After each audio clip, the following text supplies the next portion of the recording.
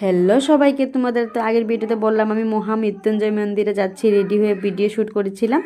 তো ওই ভিডিওটা তো দিয়ে দিয়েছি। তো এখন দেখো আমরা সবাই রেডি হয়ে দেখো গাড়ি এসে গেছে, এখন গাড়িতে উঠে যাব। আমার ননদের জামাই গাড়ি ঠিক করে দিয়েছে। তোমরা তো জানো আমি ননদের বাড়িতে এসেছি, তো ওদের বাড়ি থেকে প্রায় 2 ঘন্টা লাগে মন্দিরে যেতে। তো আরেকবার ওদের বাড়িতে এসে আমি মন্দিরে যেতে চেয়েছিলাম, কিন্তু যাওয়া হয়নি। জানো, আমার মেয়ের অনেক শরীর খারাপ হয়ে গেছিলো, গাড়িটা রেডি হয়ে গেছিলো, গাড়িতে উঠেও গেছিলাম, কিন্তু ওর অনেক বমি হয়েছিল, তার জন্য আর যেতে পারি না, আধা রাস্তাতেই ঘুরে এসেছি। কিন্তু এইবার দেখো, এবার ভাবছি যাবো। ওই দেখো মেয়ে কোলে উঠে বসে গেছে, তা সবাই রেডি হয়ে চলে যাচ্ছি। অনেক ভালো লাগছিল মন্দিরে, কি আর বলবো। এটাও আমাদের আসাম নগাঁও জেলায় অবস্থিত।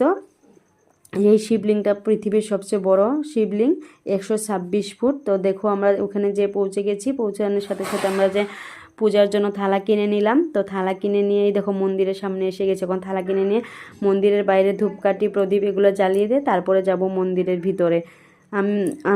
আমাদের বাড়ি থেকে কেউ আসে না, আমরাই এই প্রথমবার আসলাম। আমার অনেক ভালো লাগছে মন্দিরটা ঘুরে। তো যারা এসে তারা তো জানোই কীরকম, আর আমি যারা আসলে অবশ্যই বলবো একবার এসে ঘুরে যাবে, অনেক ভালো লাগে মন্দিরের ভিতরটা। মন্দিরে এসে মনটায় অনেক আনন্দময় হয়ে যায় মন্দিরে, আর মন্দিরে যেতে তো সবাই ভালোই লাগে সবারই। তো দেখো আমরা এক করে উপরে উঠে যাচ্ছি। আজকে জানো তো রবিবার ছিল, তবু এত ভিড়, প্রায় রোজ দিনে এরকম ভিড় হয়, সবাই বলছিল।